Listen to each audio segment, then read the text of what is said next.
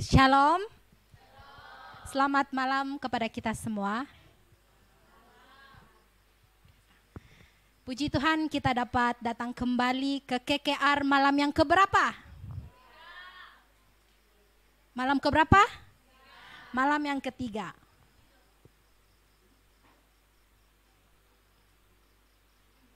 Sabar ya.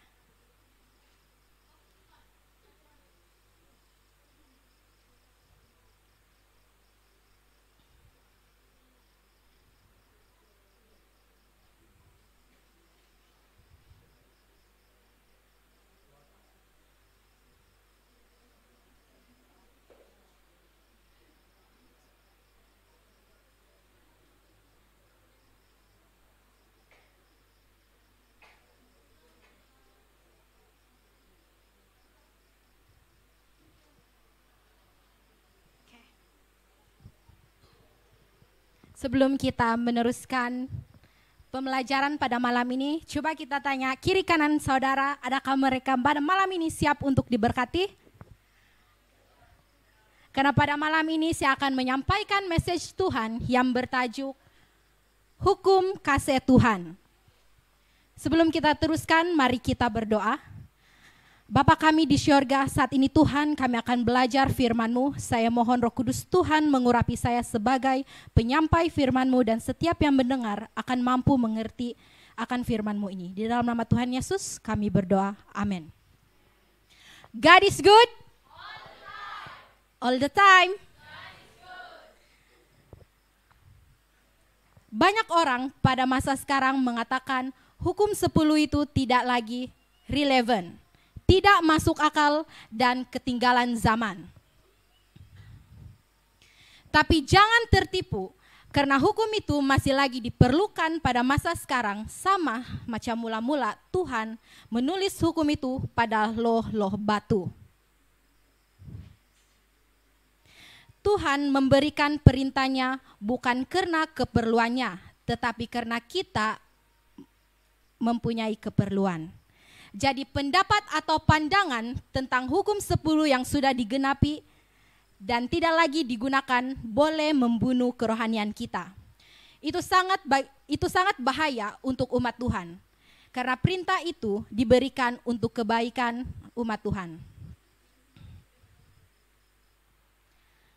Hukum itu dibuat untuk melindungi kita dalam cara kita berpikir, bertindak, dan cara kita hidup. Bayangkan saudara, kalau negara kita ini tidak mempunyai undang-undang, kita pasti akan hidup di dalam kekerasan, bergaduh sana sini, dan kemusnahan pasti banyak berlaku. Jadi hukum itu memberi keharmonian dan kesejahteraan dalam hidup manusia. Nah malam ini kita semalam kita sudah belajar mengenai batu yang berharga, yaitu hukum 10. Dan malam ini kita masih belajar tentang ke-10 hukum Tuhan. Tetapi lebih kepada kasih. Jadi hukum 10 itu dibagi kepada 2 bagian, yaitu yang pertama, hukum pertama hingga hukum keempat adalah mengenai hubungan Tuhan dengan umatnya. Hukum yang kelima hingga hukum ke-10 adalah mengenai hubungan manusia dengan sesama manusia. Di dalam Matius 22 ayat 37 hingga 40, kasihilah Tuhan Allahmu dengan segenap hatimu dan dengan segenap jiwamu dan dengan segenap akal budimu. Itulah hukum yang terutama dan yang pertama. Dan hukum yang kedua yang sama dengan itu ialah kasihilah sesamamu manusia seperti dirimu sendiri. Pada kedua hukum inilah tergantung seluruh hukum Taurat dan kitab para nabi. Yesus sendiri yang meringkaskan hukum itu kepada 2. Kasihilah Tuhan Allahmu dengan segenap hatimu dan kasihilah sesamamu seperti dirimu sendiri. Inilah 2 perintah kasih yang meringkaskan hukum 10 dan tidak ada yang diganti oleh hukum itu. Ada 2 perintah kasih. Yang pertama, kasih kepada Tuhan. Ulangan 6 ayat 5 mengatakan, kasihilah Tuhan Allahmu dengan segenap hatimu dan dengan segenap jiwamu dan dengan segenap kekuatanmu. Artinya Tuhan mau kita mengasihi Dia dengan sungguh-sungguh. Kita mesti jadikan Tuhan itu perkara paling penting dalam hidup kita. Kita harus jadikan Tuhan yang nomor 1 di dalam kehidupan kita. Bila kita bilang kita mengasihi Tuhan, kita harus mengikuti Dia dan hidup seperti yang Dia mau. Tuhan sanggup mati untuk kita sebab Dia mengasihi kita. Dan Dia juga mau kita mengasihi Dia lebih dari apapun yang ada di dunia. Perintah kasih kedua, kasih kepada manusia. Di dalam Imamat 19 ayat 18 mengatakan, janganlah engkau menuntut balas dan janganlah menaruh dendam terhadap orang-orang sebangsamu, melainkan kasihilah sesamamu manusia seperti dirimu sendiri. Akulah Tuhan. Artinya kasih kedua ini seseorang yang ada kasih, seseorang yang penurut hukum. Nah, pertanyaannya saudara, bagaimana kita mengasihi Tuhan? Macam mana cara kita untuk mengasihi Tuhan? Jawabannya ada di Keluaran 20 ayat 3 hingga 11. Menuruti bahagian pertama dalam ke-10 hukum itu. Hukum yang pertama, jangan ada padamu Allah lain di hadapanku. Perintah yang pertama ini dia melarang kita untuk menyembah Tuhan yang palsu. Kita harus menyembah satu-satunya Tuhan yang benar. Tuhan tidak suka kalau hari ini kita sembah Dia, besok-besok kita sembah itu sapi, tiba-tiba besok kita sembah itu matahari. Tuhan mau kita setia kepada Dia. Kita tidak boleh menggunakan cinta monyet dengan Tuhan, yang suka pindah-pindah hati ke hati yang lain. Sebagai orang percaya, kita tetap setia pada Tuhan. Kita harus menjadikan Tuhan yang pertama dalam segala sesuatu. Hukum yang kedua, jangan membuat bagimu patung yang menyerupai apapun yang ada di langit di atas atau yang ada di dalam air di bawah bumi. Jangan sujud menyembah kepadanya atau beribadah kepadanya, sebab aku Tuhan Allahmu adalah Allah yang cemburu, yang membalaskan kesalahan bapa kepada anak-anaknya, kepada keturunan yang ketiga dan keempat dari orang-orang yang membenci aku. Tetapi aku menunjukkan kasih setia kepada beribu-ribu orang, yaitu mereka yang mengasihi aku dan yang berpegang pada perintah-perintahku. Perintah yang kedua ini dia memfokuskan kita bagaimana Tuhan seharusnya disembah. Tuhan paling benci berhala.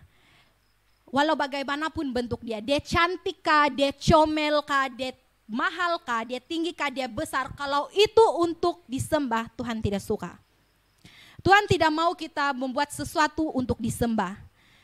Ini juga termasuk barang-barang yang kita suka. Itu juga boleh menjadi berhala buat kita. Gambar-gambar juga tidak boleh dijadikan saluran penyembahan.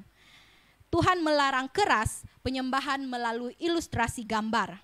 Dan kata-kata Tuhan sangat jelas di dalam Yesaya 42 ayat 8. Aku ini Tuhan, itulah namaku. Aku tidak akan memberikan kemuliaanku kepada yang lain atau kemasyuranku kepada patung. Tuhan mau kita fokus siapa Dia, apa yang Dia buat, bukan macam mana rupa Dia. Inilah cara kita untuk menyembah Tuhan. Hukum yang ketiga, jangan menyebut nama Tuhan Allahmu dengan sembarangan, sebab Tuhan akan memandang bersalah orang yang menyebut namanya dengan sembarangan. Perintah ketiga ini melarang kita untuk menggunakan nama Tuhan dengan sembarangan. Tuhan mau kita memuliakan dan menghormati nama Tuhan. Kita tidak boleh mengejek ataupun merendahkan nama Tuhan, apalagi kalau kita buat dia nama Tuhan itu sebagai bahan lawak kita. Sebab nama Tuhan itu mewakili karakter Dia dan kedudukan Dia sebagai pencipta dan juru selamat. Oleh itu saudara, kita mesti menunjukkan hormat kita kepada nama Tuhan melalui perkataan kita, perbuatan kita dan sikap yang penuh ikhlas dengan penuh hormat. Hukum keempat, ingatlah dan kuduskanlah hari Sabat. Perintah yang keempat ini adalah mengenai pemberian rehat. Pemberian yang suci ini dipanggil sebagai Sabat. Sabat juga adalah satu peringatan akan penciptaan. Jadi sementara kita memelihara perintah keempat ini, kita menunjukkan kasih kita melalui kesetiaan kita, pekerjaan kita, perkataan kita, dan masa kita. Itulah cara kita untuk mengasihi Tuhan. Nah, bagaimana pula kita mengasihi sesama manusia? Macam mana cara kita untuk mengasihi manusia? Jawabannya ada di Keluaran 20 ayat 12 hingga 17. Menuruti bahagian kedua dalam ke-10 hukum itu. Hukum kelima, hormatilah ayahmu dan ibumu supaya lanjut umurmu di tanah yang diberikan Tuhan Allahmu kepadamu. Kita harus menghormati kedua orang tua kita karena itulah perintah Tuhan. Hukum yang keenam, jangan membunuh. Kita mesti menghargai ataupun menghormati nyawa orang lain. Saya mau tanya saudara, kalau ada nyamuk yang gigit kita, nyamuk yang isap darah kita, kalau kita pukul dia, kalau kita kasih mati dia, adakah itu termasuk kita membunuh? Adakah itu termasuk membunuh? Iya, tidak? Jawabannya apa? Tidak. Dia kan nyamuk, dia bukan manusia. Dan kita juga tahu kalau kita kasih biar itu nyamuk gigit isap kita, isap darah kita, dia akan membawa penyakit di dalam tubuh badan kita. Jadi perintah ini hanya tertuju untuk sesama manusia. Hukum ketujuh, jangan berzina. Anak-anak muda kita harus belajar menjaga kesucian sehingga perkawinan. Begitupun yang sudah menikah, kalian harus menjaga pernikahan kalian. Termasuk menjaga pikiran dan tindakan supaya senantiasa suci. Hukum ke-8, jangan mencuri. Jujurlah dalam segala perkara. Jujur dalam hubungan, jujur dalam pekerjaan. Saudara, kalau kita tidak suka merasa kehilangan, jangan buat orang lain merasa kehilangan. Dalam pekerjaan, jadilah pekerja yang jujur, karena jujur itu tidak membuat kita rugi. Tidak ada kerugian pun kalau kita jujur. Malah yang tidak jujur ini dalam bahaya. Sebab apa? Kalau ketahuan, dia akan mengalami kerugian yang besar. Jadi marilah kita menjadi seorang yang jujur supaya orang lain boleh percaya dengan kita. Hukum yang ke-9, jangan bersaksi dusta. Sentiasa bersikap benar setiap masa dan dalam apapun keadaan. Kalau iya, cakaplah iya. Kalau tidak, cakaplah tidak. Ingat saudara, kita harus tanamkan dalam diri kita selalulah berpihak pada yang benar. Hukum ke-10, jangan mengingini rumah sesamamu, jangan mengingini istrinya atau hambanya laki-laki atau hambanya perempuan atau lembunya atau keledainya atau apapun yang dipunyai sesamamu. Kita harus bersyukur tanpa merasa cemburu dengan orang lain.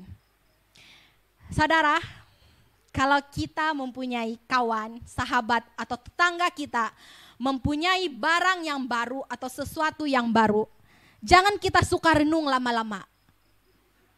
Jangan kita suka renung lama-lama, nanti timbul rasa suka. Bila ada rasa suka, awas. Nanti timbul rasa ingin memiliki. Itulah tanda-tanda awal mengingini. 10 perintah Tuhan adalah kode prinsip daripada peraturan dan regulasi untuk perkara yang boleh dan tidak boleh dilakukan. Ia memberi garis besar tentang bagaimana seseorang menunjukkan kasihnya kepada Tuhan dan bagaimana untuk mengasihi dan memperlakukan sesama dengan penuh hormat. Ini adalah hukum kasih dan kasih ditunjukkan melalui pemeliharaan hukum. Di dalam 1 Yohanes 5 ayat 3 mengatakan, sebab inilah kasih kepada Allah, yaitu bahwa kita menuruti perintah-perintahnya. Perintah-perintahnya itu tidaklah berat, tidak berat. Yesus mengatakan di dalam Yohanes 14 ayat 15, jikalau kamu mengasihi aku, kamu akan menuruti segala perintahku. Menuruti hukum Tuhan bukanlah cara kita untuk memperolehi keselamatan, tetapi sebagai satu respon hati terhadap keselamatan yang telah diberi. Apakah sikap Tuhan terhadap hukum? Yang pertama, Tuhan memuliakan hukum dan menghormatinya. Di dalam Yesaya 42 ayat 21 mengatakan, Tuhan telah berkenan demi penyelamatannya untuk memberi pengajarannya yang besar dan mulia. Tuhan memuliakan hukum itu. Sikap Tuhan terhadap hukum yang kedua, Tuhan menggenapi hukum. Matius 5 ayat 17 hingga 18, janganlah kamu menyangka bahwa aku datang untuk meniadakan hukum Taurat atau kitab para nabi. Aku datang bukan untuk meniadakannya, melainkan menggenapinya. Karena aku berkata kepadamu, sesungguhnya selama belum lenyap langit dan bumi ini, satu iota atau satu titik pun tidak akan ditiadakan dari hukum Taurat sebelum semuanya terjadi. Nah, ketika Yesus datang ke bumi, dia telah menegakkan hukum di dalam kehidupan dia. Dan kenyataan tentang kematiannya seperti yang dituntut oleh hukum adalah buktinya sendiri. Bahwa hukum itu tidak boleh dihapus atau diubah.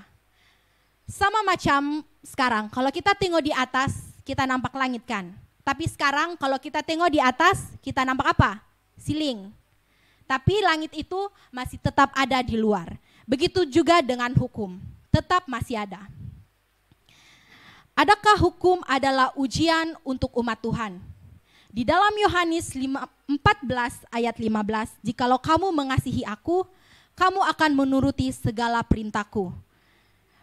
Barang siapa memegang perintahku dan melakukannya, dialah yang mengasihi aku. Ayat yang ke-21, dan barang siapa mengasihi aku, ia akan dikasihi oleh Bapa-Ku, dan aku pun akan mengasihi dia dan akan menyatakan diriku kepadanya. Hukum perintah ke-10 ini, 10 perintah Tuhan adalah ujian bagi umatnya untuk melihat jika kita benar-benar mengasihi dia. Bukti sebenar kasih kita kepada Tuhan adalah kesetiaan kita kepada dia. Tuhan tidak bilang sama kita, coba kamu senyum dulu kalau kamu mengasihi saya. Coba kamu kasih hon kereta kamu dulu, tet dulu kalau kamu mengasihi saya. Tetapi Tuhan bilang apa? Jikalau kamu mengasihi aku, kamu akan menuruti perintahku. Mengasihi Tuhan adalah kita akan menuruti segala perintahnya. Di dalam 1 Yohanes 2 ayat 3 hingga 4, dan inilah tandanya bahwa kita mengenal Allah, yaitu jikalau kita menuruti perintah-perintahnya.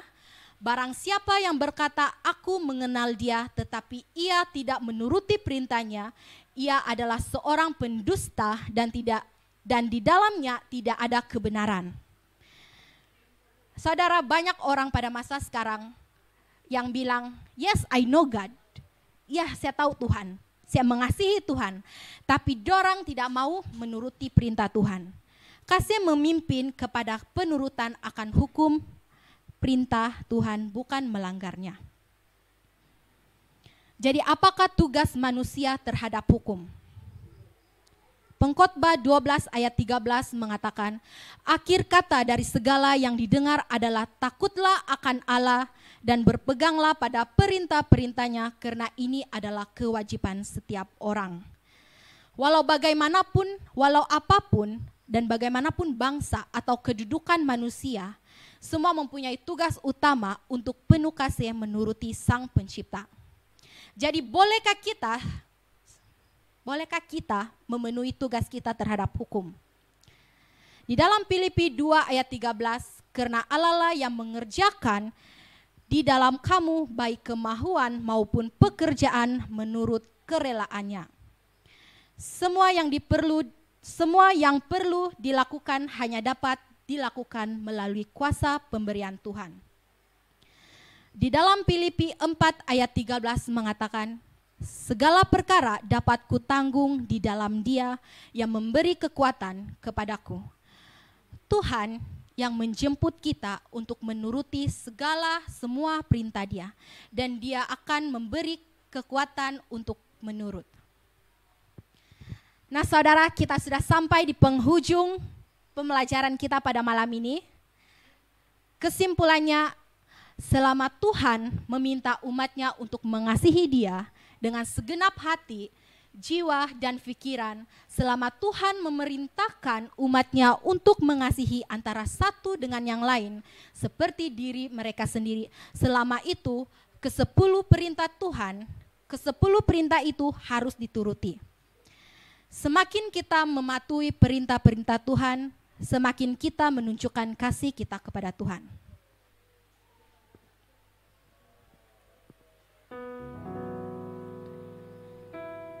Seperti apakah kehidupan yang kita mau?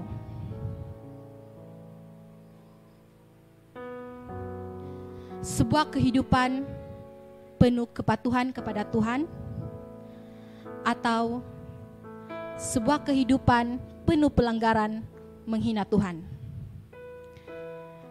Saudara, pilihan ada di tangan kita. Jadi adakah pada malam ini kita mau membuat keputusan untuk mengatakan, mari kita sama-sama baca slide di hadapan. Ya Tuhan, mengasihi Engkau, dan dengan kasih karunia-Mu saya mau memelihara perintah-perintah-Mu sebagai bukti kasih saya kepada Tuhan. Mari kita lambaikan tangan sekiranya kamu bersetuju mau mengasihi Tuhan dan menuruti segala perintahnya. Sebelum saya mengakhiri pembelajaran saya pada malam ini, saya senang untuk menyampaikan satu lagu yang mengingatkan kita, satu-satu yang kita andalkan hanyalah Tuhan. Satu-satu yang kita percaya hanyalah Tuhan. Karena Dia adalah sumber kekuatan kita, sumber pengharapan, dan sumber kedamaian. Tajuk lagu saya pada malam ini adalah satu-satu yang kuandalkan.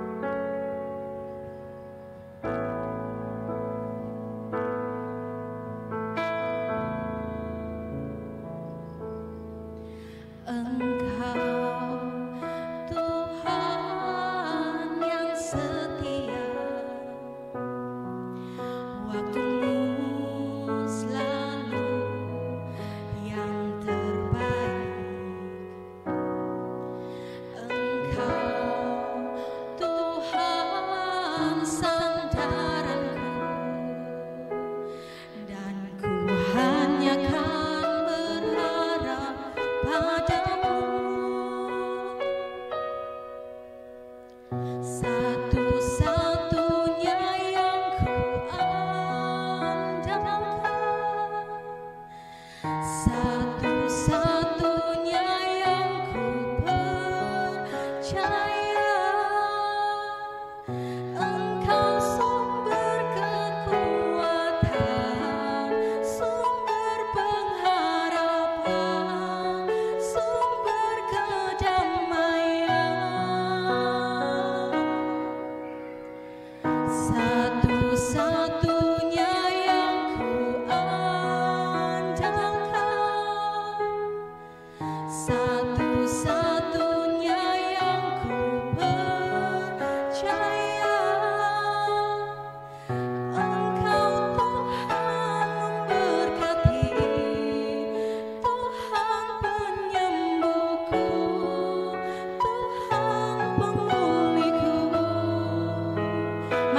sama-sama menyanyikan lagu ini.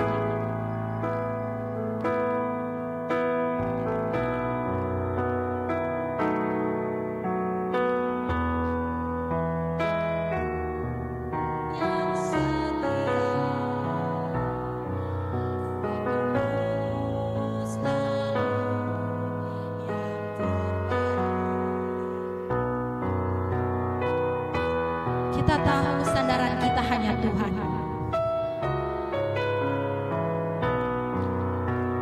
Dan kita akan terus berharap pada Dia.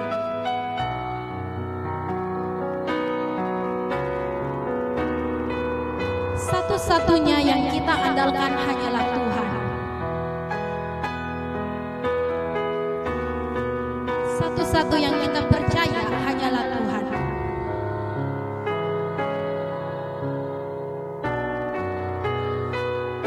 Sebab Dialah sumber kekuatan kita,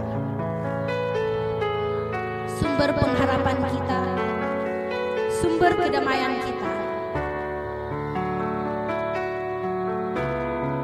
Satu-satunya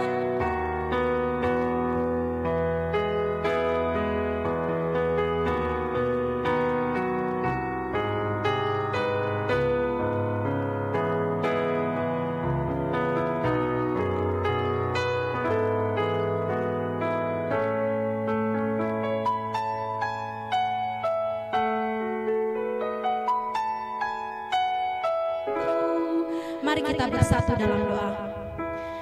Bapa kami yang berada dalam kerajaan syurga, terima kasih karena Engkau kami belajar peringatan tentang perintah-Mu sebentar tadi. Dan kiranya semua itu menjadi berkat untuk kami semua sementara kami menunggu kedatangan-Mu kedua kali. Malam ini juga Tuhan, kami mau menjadi penurut seperti yang Engkau mau, dan kami memohon kekuatan daripada-Mu agar kami mampu terus menuruti perintah-Mu sebagai bukti kami mengasihi-Mu. Bapa, inilah doa kami di dalam nama Tuhan Yesus kami berdoa. Amin. Terima kasih, Tuhan memberkati.